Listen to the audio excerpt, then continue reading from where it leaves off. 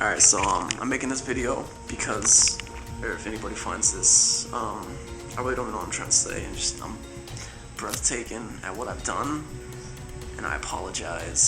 I know I'm gonna pay for my consequences. You know, I wish that I could have not done this, but I just lost my mind. I snapped, and I did what I did, and I gotta pay for it now. My consequences. I'm like, you to the big world, everybody in the world. I can't stand this place.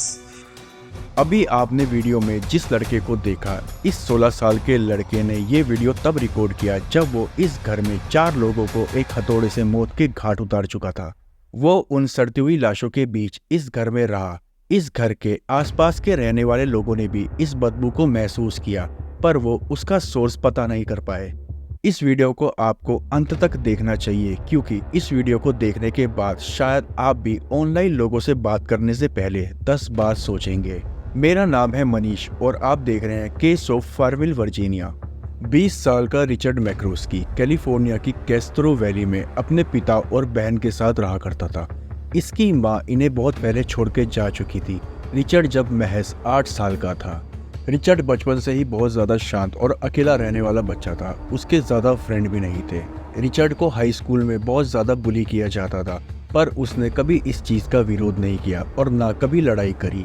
इसी वजह से उसने 2 बार high school की पढ़ाई बीच में ही छोड़नी पड़ी और वो कभी भी हाई स्कूल पास नहीं कर पाया। कुछ टाइम तक रिचर्ड ने ग्राफिक डिजाइनर के रूप में काम किया और वो वेबसाइट भी बनाया करता था। उसे जानने वाले लोग उसे बहुत ज्यादा शांत और अकेला रहने वाला युवक बताया करते थे, जो सिर्फ अपने काम से मतलब रखता था और अपने आप में रहता था। रिचर्ड ज्यादा लोगों से बात भी नहीं किया करता था। वो अपने रूम में घंटों बैठकर हॉरर कोर रैप सुना करता था और वो हॉरर कोर रैप लिखा भी करता था। वो एक हॉरर कोर रैपर बनना चाहता था। हॉरर कोर म्यूजिक कोई नॉर्मल म्यूजिक नहीं होता। इसके लिरिक्स काफ़ी सेक्सुअल एब्यूजिंग होते हैं और लोगों को मारना, तड़पाना, इस तरह की बातें इन म्यूजिक में की जाती है और इसको पसंद करने वाले लोग इसे सुनकर काफ़ी ज़्यादा एक्साइटेड हो जाते हैं। धीरे धीरे इन सॉन्ग्स का असर रिचर्ड के दिमाग पे पड़ने लगा था और वो ऐसे ही सॉन्ग सोचने लगा था और लिखने लगा था। रिचर्ड माइस्पेस यूज किया करता था। उसमें उसकी प्रोफाइल का नाम लीन डीमन डॉग और साइको सैम के नाम से था। उसकी प्रोफाइल भी हॉररकोर पिक्चर और पोस्ट से भरी पड़ी थी, जिसमें अश्लील गाने और हत्या की अलग अलग इमेजेस शामिल थी। इससे पता चलता है कि उसे उसकी लाइफ में माँ की बहुत ज़्यादा ज़रूरत थी, क्योंकि उसके फादर बाहर काम पर चले जाते थे और उसके बाद वो अपने रूम में बैठकर ऐसी ऐसी चीज़ें देख रहा था और सोच रहा था, और अब वो अनजाने में इस दलदल में धीरे धीरे धंसता ही चला जा रहा था। एक खास बात और नोट करने वाली थी। रिचर्ड ने अपने रूम में एक सीरियल किलर की फोटो सजा रखी थी, जिसे सन ऑफ सैम के नाम से जाना जाता था, जिसने 1976 से 1977 तक 6 मर्डर किए थे और पकड़े जाने के बाद उसने पुलिस वालों को ये बताया कि उसने ये मर्डर खुद नहीं किए, ना अपने होशो हवास में किए। उससे ये मर्डर एक शैतानिक शक्ति ने करवाए थे। इन सब चीज़ों का असर रिचर्ड के माइंड पर इतना ज़्यादा हो चुका था, वो उसकी पोस्ट और फोटो देखकर ही अंदाज़ा लगाया जा सकता था। वो अपनी फोटो भी कुल्हाड़ी के साथ पोस्ट करता और कभी कब्रिस्तान में कब्रों के ऊपर बैठकर। रिचर्ड एक तरह से दोहरी जिंदगी जी रहा था, जहां उसे ऑफलाइन लोग बहुत ज़्यादा शांत लड़का मानते थे, वहीं उसके अंदर कुछ एक अलग ही चीज़ चल रही थी, जो आगे जाके बहुत ज़्यादा खतरनाक रूप लेने वाली थी। रिचर्ड ने अपनी प्रोफाइल पर एक सॉन्ग पोस्ट किया जिसे उसने खुद लिखा था, जिसके बोल इतने ज़्यादा हिंसक थे, शायद उसे सुनकर आप हैरान हो जाएंगे। इन लाइनों को अगर हिंदी में एक्सप्लेन किया जाए, मेरे सर के अंदर बुरी आवाज़ें आ रही हैं। वो बस यही चाहती हैं कि मैं लगातार हत्या करूं। वे चाहते हैं कि मैं सामूहिक हत्याकांड में लोगों की जान ले लूं। उन्हें सड़े और सड़ चुके शरीर की गंध पसंद है। जब मैं अपने शरीर का पीछा कर रहा होता हूँ तो मैं यही सोचता हूँ। इस सॉन्ग की लाइनें आई होप आपने बहुत ज़्यादा अच्छी तरह सुनी होंगी, क्योंकि रिचर्ड ने और इस पोस्ट को देखने वाले किसी ने भी कभी अपनी लाइफ में ये नहीं सोचा होगा कि ये सारी लाइनें, ये सारे बोल 100% सच होने वाले थे। रिचर्ड ने नॉर्मल लोगों से बात करना बंद कर दिया था। वो घंटों अपने रूम में बैठकर डार्क म्यूजिक सुना करता था। उसने माइस्पेस पर horrorcore rapper community join कर रखी थी। वो उसी कम्युनिटी के लोगों को ढूंढता था और उनसे बात किया करता था, तभी उसकी माई स्पेस पर ऑनलाइन मुलाकात 16 साल की एल्मा केली से होती है, जिसका प्रोफाइल नाम रैगडॉल के नाम से था। वो अपने माता पिता के साथ फार्मविल वर्जीनिया में रहा करती थी। एल्मा के माता पिता का भी डिवोर्स हो रखा था। एल्मा अपनी मदर के साथ एक सेपरेट घर में रहा करती थी, पर एल्मा की माँ और फादर के बीच रिश्ते नॉर्मल थे। वो कभी कभी एक दूसरे से बात भी किया करते थे और एल्मा के फादर उससे मिलने कभी कभी घर भी आया करते थे। एल्मा के फादर मार्क एलन एक चर्च में पादरी थे और एल्मा की मदर डेबरा केली लॉन्गवुड यूनिवर्सिटी में प्रोफेसर थी। एल्मा बचपन में नॉर्मल लड़कियों की तरह थी, पर धीरे धीरे बढ़ती एज में उसका इंटरेस्ट भी डार्क म्यूजिक की तरफ बढ़ने लगा। उसने भी डार्क म्यूजिक कम्युनिटी ज्वाइन कर रखी थी।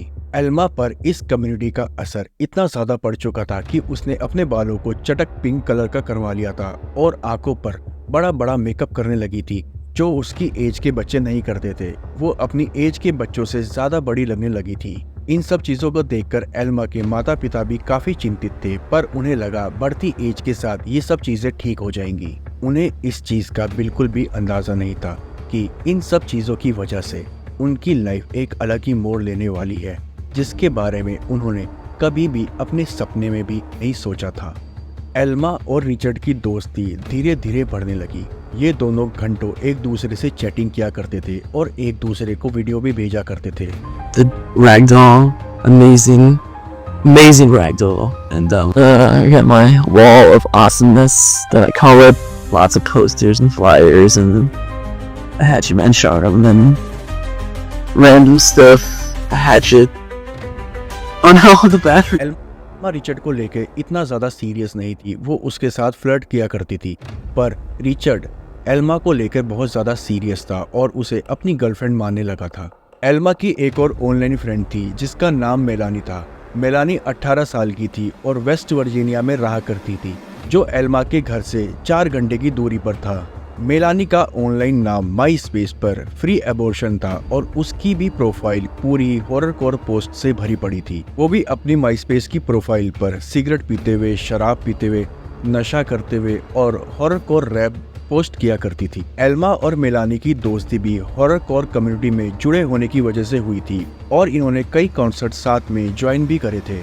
12 सितंबर 2009 को हॉररकोर कम्युनिटी का बहुत बड़ा कॉन्सर्ट साउथ गेट मिशिगन में होने वाला था, जो एल्मा के घर से 10 घंटे की दूरी यानी कि 950 किलोमीटर दूर था। इन तीनों को जब इस कॉन्सर्ट के बारे में पता चलता है तो ये वहां जाने का प्लान करते हैं। एल्मा और रिचर्ड को 1 साल हो गया था ऑनलाइन बात करते हुए और वो एक दूसरे को पसंद भी करने लगे थे। अब वो प्लान करते हैं एक दूसरे से मिलने का और साथ में उस कॉन्सर्ट को ज्वाइन करने का। इस बारे में एल्मा जब अपनी मदर से बात करती है, उसकी मदर उसे साफ तौर से मना करती है, क्योंकि एल्मा के घर से वो कॉन्सर्ट 10 घंटे की दूरी पर था और एल्मा की मां नहीं चाहती थी कि एल्मा अकेले इतनी दूर उस कॉन्सर्ट में जाए। और बार बार एल्मा की जिद करने के बाद एल्मा की मदर रेडी हो जाती हैं, पर एक शर्त पर। एल्मा की मां डेबरा केली और फादर मार्क एलन उन तीनों बच्चों को गाड़ी से ड्राइव करके उस कॉन्सर्ट में लेके जाने वाले थे और अटेंड करने के बाद वापस गाड़ी से ही लेकर आने वाले थे। इस बात के लिए एल्मा रेडी हो जाती है। एल्मा रिचर्ड और मेलानी को अपने घर पे इनवाइट करती है। ये तीनों यहीं से एल्मा के माता पिता के साथ गाड़ी में उस कॉन्सर्ट को अटेंड करने जाने वाले थे। 6 सितंबर 2009 को रिचर्ड कैलिफोर्निया से फार्मविल वर्जीनिया के लिए निकल जाता है। 7 सितंबर को एल्मा रिचर्ड को लास्ट मैसेज सेंड करती है। वो मैसेज था, in next time you check your MySpace you will be at my house, I love you so much baby, forever and for always. ये Elma का last message था। 1 साल से Richard और एल्मा एक दूसरे से ऑनलाइन बात किया करते थे और एक दूसरे से प्यार करने लगे थे। अब वो एक दूसरे से मिलने के लिए बहुत ज्यादा एक्साइटेड थे। रिचर्ड को पिक करने के लिए एल्मा अपनी मदर के साथ जाने वाली थी और रिचर्ड से मिलने के लिए बहुत ज्यादा एक्साइटेड थी, पर बहुत जल्दी एल्मा की एक्साइटमेंट डिसअपॉइंटमेंट में बदलने वाली थी। जब एल्मा रिचर्ड को पहली बार फेस टू फेस देखती है, उसे रिचर्ड बिल्कुल भी पसंद नहीं आता और जैसा वो ऑनलाइन उसे फील किया करती थी वो उससे बिल्कुल अपोजिट था। उसके लाल बाल और थुलथुला वजन और वो उम्र से बहुत ज्यादा छोटा लग रहा था। ये सब चीजें देखकर एल्मा रिचर्ड को थोड़ा इग्नोर करने लगी और रिचर्ड ने भी ये सब चीजें महसूस कर ली थी, पर उसे लगा कॉन्सर्ट में जाने के बाद ये सब चीजें चेंज हो जाएंगी और उनका रिलेशन पहले जैसा हो जाएगा जैसे ऑनलाइन था। मेलानी भी एल्मा के घर पहुंच जाती है और 11 सितंबर 2009 को डेब्रा और मार्क इन तीनों बच्चों को लेकर 10 घंटे की जर्नी पर निकल जाते हैं उस कॉन्सर्ट को अटेंड करने। 12 सितंबर 2009 कॉन्सर्ट में भी एल्मा रिचर्ड को इग्नोर करती है और उससे ज्यादा बात नहीं करती है। वहीं वो कॉन्सर्ट में दूसरे लड़कों से बात करती है और उनसे फ्लर्ट भी करती है। ये सब देखकर रिचर्ड को बहुत ज्यादा गुस्सा आता है। उसे फील होता है उसके साथ धोखा हुआ है और वो अंदर ही अंदर बदले की आग में जलने लगता है। यही बढ़ती हुई जलन एक बहुत बड़े कांड को अंजाम देने वाली थी। कॉन्सर्ट के बाद एल्मा के माता पिता उन तीनों बच्चों को लेकर वापस वर्जीनिया में आने वाले थे। वहाँ वो उन तीनों को एल्मा के घर पर ड्रॉप करके अपने घर पर जाने वाले थे। उन्होंने कभी भी सोचा नहीं था इस जर्नी के बाद उनकी लाइफ में एक ऐसा मोड़ आने वाला है जो उन्होंने कभी अपने सपने में भी सोचा नहीं होगा और जिसे सुनकर भी आपकी भी रूह कांप जाएगी। मेलानी ने मॉर्निंग में 14 सितंबर को 2:43 पर माई स्पेस पर कॉन्सर्ट के बारे में लास्ट पोस्ट किया था और उसके बाद से ही उसका फोन स्विच ऑफ था। 16 सितंबर को मेलानी को घर वापस आना था। उसे लेने के लिए मेलानी के फादर एल्मा के घर पर जाते हैं। वहाँ वो बेल बजाते हैं, पर बेल बजाने के बाद भी घर का दरवाजा कोई नहीं खोलता और बार बार बेल बजाने के बाद भी कोई घर से बाहर नहीं आता। इसके बाद वो अपनी कार में ही एल्मा के घर के बाहर 7 घंटे तक वेट करते हैं, पर घर में से ना तो कोई निकलता है और ना कोई घर में एंट्री करता है। उसके बाद मेलानी के फादर वहाँ से चले जाते हैं। ये बात सुनकर मेलानी की मदर बहुत ज़्यादा घबरा जाती है क्योंकि 14 सितंबर की रात से ही मेलानी का फ़ोन भी स्विच ऑफ आ रहा था। मेलानी की मदर कॉन्सर्ट के आयोजक एंडरसन स्ट्रीम से कांटेक्ट करती है और उनसे मेलानी के बारे में पूछती है। माँ को बताते हैं कि उन्होंने तीनों को कॉन्सर्ट में देखा था और कॉन्सर्ट खत्म होने के बाद वो तीनों एल्मा के माता पिता के साथ गाड़ी में बैठकर वर्जीनिया की तरफ वापस निकल गए थे। 17 सितंबर को मेलानी की माँ वर्जीनिया पुलिस से कांटेक्ट करती है और उन्हें सारी बात बताती है। वर्जीनिया पुलिस इस बात को बहुत ही लाइटली लेती है और एक पुलिस वाला एल्मा के घर पर जाता है और डोरबेल बजाता है। इस बार रिचर्ड दरवाजा खोल देता है। पुलिस वाला रिचर्ड से मेलानी के बारे में पूछता है। रिचर्ड बहुत ही कॉन्फिडेंटली जवाब देता है कि मेलानी और एल्मा दोनों मॉल में गए हुए हैं और जब वो दोनों वापस आ जाएंगे वो मेलानी की बात उसकी माँ से करवा देगा। इस बात पर पुलिस वाले को बिल्कुल भी शक नहीं होता है और वो वहाँ से वापस चला जाता है। पुलिस वाला मेलानी की माँ को सारी बात बताता है कि कुछ देर बाद एल्मा का बॉयफ्रेंड उनकी बात उनकी बेटी से करवा देगा, पर शाम तक भी कोई कॉल नहीं आता। अब मेलानी की माँ के माइंड में कुछ ना कुछ अनहोनी होने का शक पैदा होने लगता है। थक हार के मेलानी की माँ एल्मा के फादर को कॉल करती है और उन्हें सारी बात बताती है और उनसे रिक्वेस्ट करती है कि वो एल्मा के घर पर जाकर देखे कि बच्चों को क्या हुआ है, उन्हें कुछ ठीक नहीं लग रहा।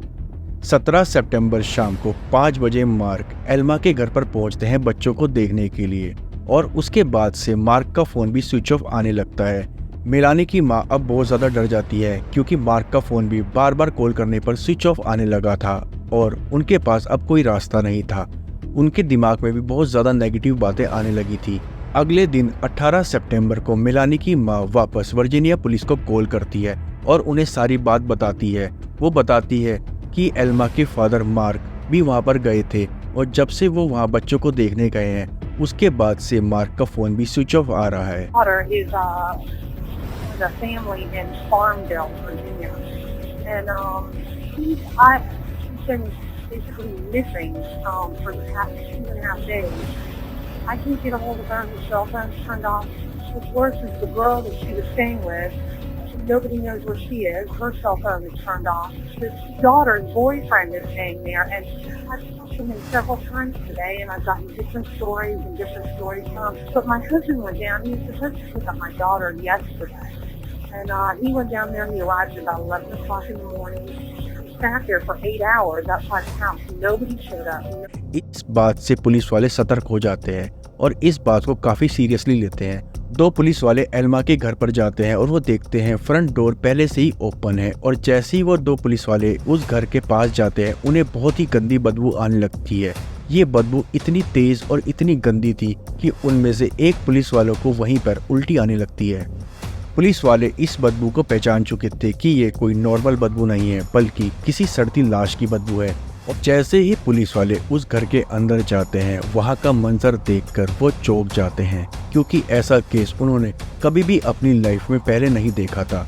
चारों तरफ खून ही खून था और एल्मा के बेडरूम में 3 लाशें पड़ी हुई थी। ये लाशें एल्मा, मिलानी और एल्मा के फादर की थी। जांच करने के बाद ऊपर के रूम में भी एक लाश पड़ी हुई थी। ये एल्मा की मदर डेब्रा केली की थी। इन चारों को बहुत ही बेरहमी से एक हथौड़े की मदद से मौत के घाट उतारा गया था। जिस हथौड़े से इन चारों का मर्डर किया गया था वो हथौड़ा भी पुलिस को वहीं से बरामद हो जाता है। पर वहां पर पुलिस वालों को रिचर्ड नहीं मिलता। दरअसल रिचर्ड 18 तारीख को सुबह सुबह 4 बजे ही मार्क की गाड़ी लेकर वहां से भाग गया था और उसने भागने से पहले ही वो वीडियो रिकॉर्ड किया था जो आपने वीडियो में सबसे पहले देखा था।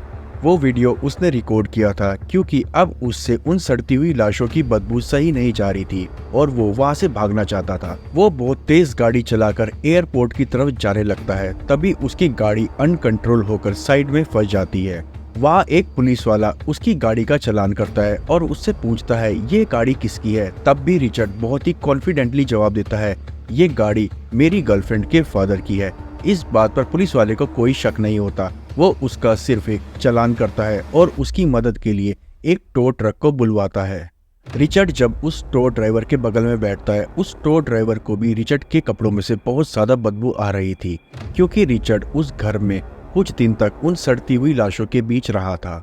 अब ये खबर पूरी वर्जीनिया में आग की तरह फैल जाती है और पुलिस वाले रिचर्ड को ढूंढने लगते हैं। हर एक न्यूज चैनल में रिचर्ड की फोटो दिखाकर ये खबर सुनाई जा रही थी।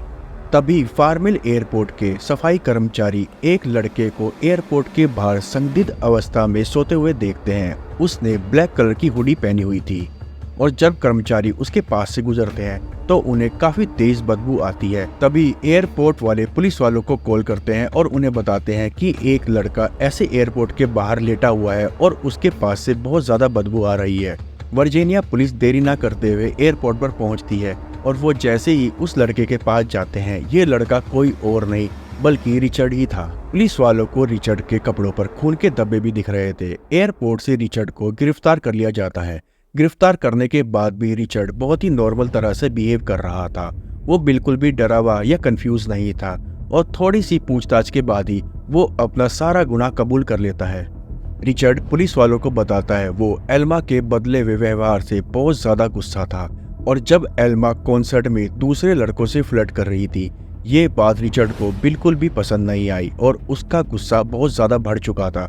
अब वो एल्मा से बदला लेना चाहता था और उसने कॉन्सर्ट से वापस आते हुए गाड़ी में ही एल्मा को मारने की साजिश रच ली थी। वो उसे जान से मार देना चाहता था। उसने पुलिस वालों को बताया 14 तारीख की रात को उसने काफी नशा किया। उसके बाद वो उस घर के स्टोर में गया और हथियार ढूंढने लगा। वहाँ उसे एक हथौड़ा मिला। उसे लेकर वो ड्राइंग रूम की तरफ गया जहाँ पर मेलानी सोफे पर सोई हुई थी।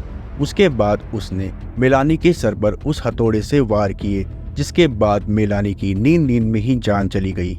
उसके बाद रिचर्ड धीरे धीरे सीढ़ियों से ऊपर वाले रूम में गया जहाँ पर मेलानी की माँ डेब्रा केली सोई हुई थी। उनके रूम में जाकर उसने सोई हुई डेब्रा के सर पर भी हथौड़े से वार कर उनकी भी नींद में ही जान ले ली। उन्हें भी चिल्लाने का कोई मौका नहीं मिला। अब घर में सिर्फ एल्मा बची थी। अब वो सीढ़ियों से नीचे आया और एल्मा के बेडरूम में गया। बेडरूम में जाने के बाद उसने एल्मा के सर पर भी उसी हथौड़े से इतनी बुरी तरह और इतने तेज वार किए कि एल्मा चू भी नहीं कर पाई और उसकी गर्दन लगभग सर से अलग हो चुकी थी। उसका गुस्सा एल्मा के प्रति इतना ज्यादा हो चुका था कि उसने उसके ऊपर 30 से ज्यादा वार किए और बॉडी को देखकर पता चल रहा था किसी ने बहुत ही ज्यादा क्रूरता से इसका मर्डर किया है। रिचर्ड कुछ दिन इन सड़ती हुई लाशों के साथ ही रहा। उसके बाद उसने मेलानी की लाश को ड्राइंग रूम से घसीटकर एल्मा के बेडरूम में ही बंद कर दिया ताकि बदबू कुछ कम आए। रिचर्ड ने बताया 17 तारीख को मार्क घर पर आए घर पर आने के बाद रिचर्ड ने दरवाजा खोल दिया और जैसे ही मार्क अंदर घुसे उन्हें बहुत ही तेज गंदी बदबू आने लगी। उन्होंने जैसे ही रिचर्ड से पूछा ये गंद कैसी है, तभी रिचर्ड ने मार्क पर पीछे से वार करना शुरू कर दिया। तभी मार्क नीचे गिर गए। गिरने के बाद भी रिचर्ड ने उन्हें मारना नहीं छोड़ा और हथौड़े से उनके सर के ऊपर वार करता रहा। वार इतनी ज्यादा तेज थे कि उस घर का वुडन फ्लोर भी टूट गया था और उसके अंदर खून भर गया था। अब उस घर में बदबू इतनी ज्यादा तेज हो चुकी थी कि रिचर्ड वो बदबू सहन नहीं कर पा रहा था। इसलिए 18 तारीख को सुबह 4 बजे वो मार्क की गाड़ी लेकर वहां से भाग गया। रिचर्ड का प्लान था वर्जीनिया से भागने का, पर उसकी फ्लाइट 2 दिन बाद की थी। रिचर्ड बस एल्मा को मारना चाहता था। मेलानी और एल्मा के माता पिता गलत समय पर बस गलत जगह पर थे। रिचर्ड ने अपना गुनाह कबूल किया और चारों की हत्या के जुर्म में रिचर्ड को बिना पैरोल के उम्र कैद की सजा सुनाई गई। जब रिचर्ड से एक मीडिया कर्मी ने पूछा कि उसने ऐसा क्यों किया, उसने जवाब दिया, ये मैंने नहीं बल्कि मुझसे जीसस ने करवाया है। इस केस से हमें ये पता चलता है कि हम ऑनलाइन किसी से कितनी भी बात कर लें या चैट कर लें, हम उसे उतना ही जान सकते हैं जितना वो चाहता है। सामने वाला इंसान नॉर्मल इंसान है या साइको, इस बात का भी आप बिल्कुल भी पता नहीं लगा सकते हैं। और छोटे बच्चों पर ध्यान ना देने की वजह से उनके दिमाग पर इन सब चीजों का कितना असर पड़ सकता है, ये आप इस केस में देख सकते हैं। आपको वीडियो अच्छी लगी हो तो लाइक कीजिए और चैनल को सब्सक्राइब कीजिए। मिलते हैं किसी और वीडियो में एक अलग केस के साथ।